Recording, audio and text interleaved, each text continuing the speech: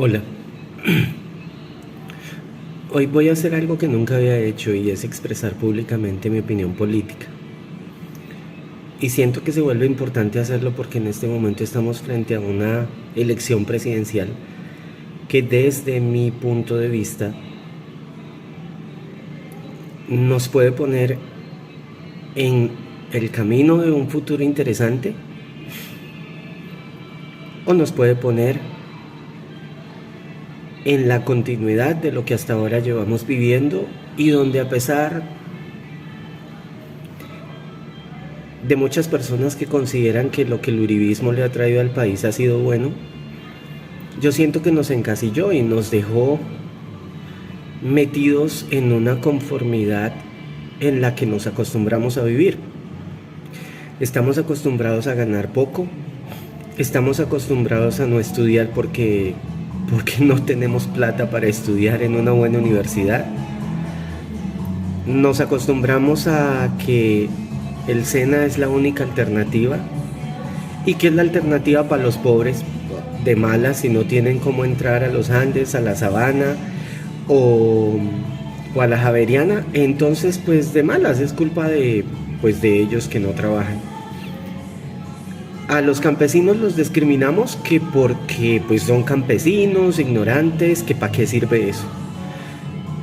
Pero no tenemos presente la importancia y hoy lo vivimos cuando comemos papa importada, maíz importada, arepas de choclo importados, queso importado, leche importada, carne importada, pollo importado, porque simplemente lo que producen acá no existe más, o las cantidades que producimos acá son tan pocas que no alcanzan a abastecer la demanda que nosotros mismos generamos. El futuro que tenemos nosotros o que planteamos para nuestros hijos o para nuestras familias eh, está directamente relacionado con las decisiones que toman los gobiernos. Cada uno obviamente somos responsables de hacer nuestra parte. Yo hago mi parte, mis hijos harán su parte, mi familia hace su parte. Pero al final los gobiernos se encargan como de definir ese marco en el cual nosotros nos movemos y se encargan de reforzar y hacer cada vez más importantes el tema de derechos a la educación, a la salud, que hoy en día uno de verdad siente que como que no existen. Y lo digo porque hace, no sé, tal vez 2 meses mi hijo tuvo una situación con una muela y fui a la EPS, a mí me descuentan mucha plata por la EPS. Y el médico me dijo, no hay nada que hacerle, le toca esperarse, déjelo así, que cuando se le desinfle la cara lo trae.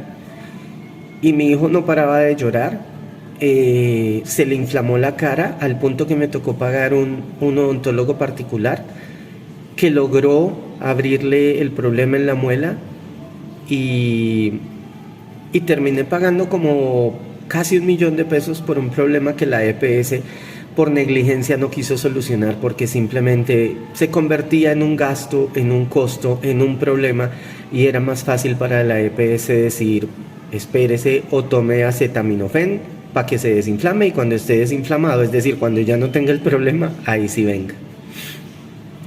Y en el tema de la educación, cosas como que hoy tengo que pensar que mi hijo de 12 años va a entrar a la universidad probablemente en 5 o 6 años y desde ya tengo que pensar cómo voy a pagar eso.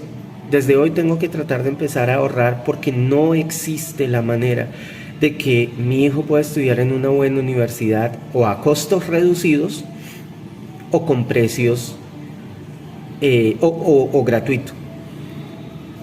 En algún momento para mi hijo mayor estuvimos viendo universidades en Alemania y resulta que es más barato un semestre de una universidad en Alemania que un semestre en universidades colombianas. En universidades alemanas uno podía pagar, no sé, en ese momento tal vez serían 800.000 pesos, 1.000.000 de pesos, 1.500.000 de pesos por un semestre en Alemania.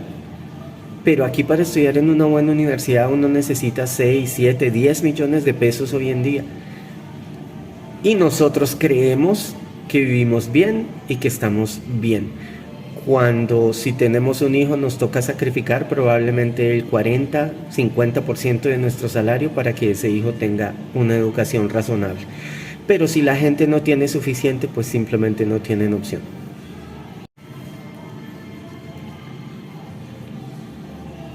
Yo estoy inclinado por la propuesta de Petro. Y yo pongo muchas vainas, muchas pendejadas en mis estados al respecto de Petro y al respecto de los otros candidatos. Y he sido muy juicioso en entender el programa de Petro, en leerlo, en tratar de conocer de su historia, de los porqués, de su historia guerrillera y rebelde. Y la verdad no lo culpo porque cuando uno se enfrenta a una dictadura como la que nosotros vivimos, en la que muy bonito se dice que no es dictadura, pero no es cierto, porque hoy estamos enfrentados a que la registraduría básicamente es quien va a decidir quién es el ganador. Se cuelan o se filtran cosas como la que vimos de CNN, en la que ya hay unos resultados. Y uno dice, pero ¿cómo pasa eso? ¿O cómo es posible que no permitan una auditoría? ¿O cómo es posible que le impidan la entrada al país en inmigración a los observadores internacionales? ¿O cómo es posible que todo en la registraduría se haga a escondidas, con sigilo? No entiendo. Básicamente estamos en manos de Duque en este momento, de su registrador. Estamos en manos de su fiscalía. Estamos en manos de sus organismos, que todos están controlados por ese uribismo que nosotros decimos nos da democracia, pero yo no lo veo. Yo lo que veo es una organización política enamorada del poder, enamorada de la chequera del presupuesto nacional, y no quieren soltarla. No quieren soltar nada porque simplemente saben que en el momento que lo suelten, pues pierden la economía corrupta que han tenido durante años. Y van a perder el control de los organismos que se encargan de la justicia, como la fiscalía, y corren peligro desde Uribe para abajo muchos políticos corruptos que se han robado todo. Y un ejemplo sencillo es lo que hizo la ministra Budinem. En su gestión, y ella dirá que no fue culpa de ella, pero el jefe es responsable de las acciones que sucedan en sus equipos, ella es responsable de lo que pasó con su ministerio. Se robaron 70 mil millones de pesos y ella dijo que iba a hacer todo lo posible para que aparecieran, y van como 6 meses y esa vaina no aparece y no va a aparecer. Y ese es solo uno de los escándalos. Y eso no solo ha sucedido con el gobierno de Duque, sucedió con Santos, sucedió con Uribe y de ahí para atrás con todos. Mucha gente culpa a Petro o habla como si Petro hubiera sido presidente, o como si Petro tomara las decisiones sobre lo que sucede o no sucede en el país. Pero Petro no ha sido presidente. Petro nunca tomó una decisión de hacer o no hacer, de cambiar un proceso económico, no, de tomar una decisión a favor o en contra de la educación colombiana, porque no fue el presidente, no estaba a cargo. Pero mucha gente lo culpa. Durante la permanencia de Petro en el Congreso, lo único que ha hecho es destapar ollas podridas. Ese man solo, con algunos otros, es el que se ha encargado de destapar la política o de Brecht y muchísimas otras situaciones políticas como las de la parapolítica. Y gracias a eso un montón de congresistas están presos o con problemas judiciales. Pero nosotros decimos, o no nosotros, muchos dicen que Petro es el corrupto, que Petro es el malo. No sé si entonces lo que le gusta a los colombianos es déjelo que robe y usted coma callado, más bien si usted puede robe. Pues yo no estoy de acuerdo con esa filosofía, porque yo no le robo nada a nadie.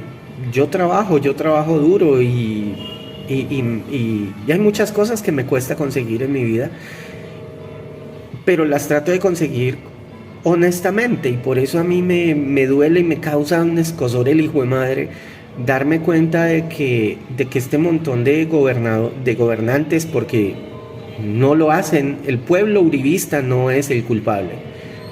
Los culpables son los gobernantes uribistas, porque ellos son los que hacen las fechorías y se quedan con el botín.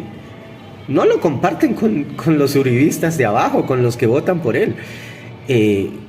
Sin embargo, no entiendo cómo se sigue respaldando un tipo de gobierno en el que cada vez tenemos menos. Yo los invito a que voten. Si quieren votar por Rodolfo, voten. Solo sepan quién es él. Un señor con muchísimo dinero que parece que no es que no fue muy bien hecho, muy éticamente hecho, que enfrenta problemas reales con la justicia, problemas de corrupción donde él es imputado, ni siquiera son meras investigaciones o cosas de esas, sino es imputado, donde han circulado audios de sus abogados pidiéndole a los jueces que pospongan las vainas o las audiencias para después de las elecciones, porque pues eso le puede dañar la presidencia al defensor de la corrupción, al opositor de la corrupción, pero que la verdad es uno de los corruptos. Y pasan cosas como la que vimos en Miami. Bueno, que unos dirán, pero ¿qué tiene de malo irse a un yate, pasarla bueno con viejas? Pues sí, de pronto no tiene nada de malo, pero simplemente son posturas que no puede tener la persona que nos dirige como presidente, porque se supone que debe ser un tipo ejemplar. Y pues yo no veo cómo un tipo ejemplar de casi 80 años puede estar en un yate tratando de darle picos a una peladita de 20 años. No lo entiendo, o sea, podrá tener mucha plata, pero simplemente es donde me doy cuenta que probablemente no es la persona correcta para dirigir el país en el que yo y mis hijos viven. Yo vivo un dilema personal porque mi hijo grande es uribista y él probablemente vaya a votar por Rodolfo, y pues al igual que muchos amigos son uribistas y muchas personas apoyan a Rodolfo, pues yo los respeto, simplemente son posturas. Yo solo acá quiero dar la mía, mis razones y al final invitarlos a que voten, sí, por ese guerrillero, por ese tipo rebelde que nunca ha estado de acuerdo con los gobiernos que hemos tenido, por ese tipo que ha tratado de encontrar en la política esa corrupción que se encarga de que roben millones y millones y millones de pesos que se suponía iban a ser utilizados para salud, para educación, para carreteras, para proyectos de infraestructura en municipios, en pequeñas poblaciones, en ciudades grandes, en departamentos, y que se las roban. Aquí en el Valle del Cauca, cada vez que yo voy a entrar a Cali, me doy cuenta que el puente lleva como 10 años y siempre está en la mitad. Es decir, el puente nunca creció. Y Dilian Francisca Toro, la exgobernadora del Valle, se inflama, se hincha del orgullo cuando habla de los grandes logros que ha hecho por acá. Pero vainas como esas, un puente que seguramente al principio valdría $1 millón, a través de 10 años habrá valido 10, 15, 20 millones de dólares y aún no está terminado. Y esa es la corrupción que nos rige. Entonces hoy tenemos esas dos posturas. La que yo considero la corrupción de siempre, y llamo corruptos al uribismo que ha gobernado. No le digo corruptos a los uribistas que votan, porque ellos votan esperando que sus gobernantes uribistas hagan un buen trabajo. Siento que no han respondido como los votantes hubieran querido. Y por otro lado está Petro y Francia, una negra, lideresa, poderosa, que ha sufrido y que le ha tocado recibir subsidios de esos, de 180, de 200, de 300, de 400 mil pesos para levantarse. Y yo no la culpo. Y Petro, un rebelde, preocupado por tratar de cambiar las cosas, y yo creo que esos dos se merecen una oportunidad. Probablemente hagan las cosas bien. La verdad, yo considero que si solo hacen el 30% de todo lo que dicen que pueden hacer, el país estaría encaminado. Y si no hacen nada o si faltan a su proyecto de gobierno, al igual que he sido duro con Duque y con todas las pendejadas que ha hecho ese inútil, lo juzgaría de la misma manera. Porque no me gusta el plan de Petro porque ame a Petro, porque adore a Petro, o porque Petro sea la luz de mis ojos. Simplemente es un candidato, un hombre que me parece que tiene un buen plan de gobierno. Pero si falla, como nos han fallado todos los gobiernos anteriores, seré su más férreo opositor, crítico, y admitiré públicamente que haber votado por ese tipo fue un gran error y una gran equivocación. Pero mientras tanto creo que Petro y Francia merecen la oportunidad de demostrar que son capaces de dirigir un país de una manera diferente, pensando en el pobre para que deje de ser menos pobre, pensando en la clase media para que logre mejorar sus condiciones de vida y que cada vez para la clase media sea más fácil escalar en esa escala económica, y para los ricos también, porque ser rico no es delito, está bien, yo quiero ser rico, yo quisiera tener una gran empresa y 500 empleados, y eso hace parte de la economía que Petro propone, y esos ricos contribuyen al país. Lo que pasa es que tienen que contribuir más, porque tienen mucho dinero, porque tienen mucho poder económico, y ese poder económico es el que necesitamos para balancear un poco las cosas entre pobres y ricos. Voten por el que quieran. Al final se trata de que no elija la registraduría, de que elijamos nosotros, porque nosotros somos los que mandamos, no ellos. Yo los invito a votar por Petro, porque me parece que es un tipo honesto, un tipo con unas buenas propuestas, un tipo con formación, un tipo que conoce la suciedad de la política y precisamente por eso puede combatirla, y es un tipo que no ha estado involucrado en corrupción. Rodolfo, creo que no hay necesidad de escribirlo, hay mucha información que estos días ha circulado que lo describí a la perfección. Entonces mañana madrugue, vote temprano, hágase cargo, déjele saber a su conciencia al menos que usted fue parte de una decisión. Ya lo veremos si fue la decisión acertada o la equivocada, pero hagámonos cargo, tomemos partido, tomemos una decisión. Vote por lo que usted considere es la mejor opción para usted, para su familia, para sus vecinos, para su ciudad, para su departamento y para su país. Es lo único que podemos hacer. Chao.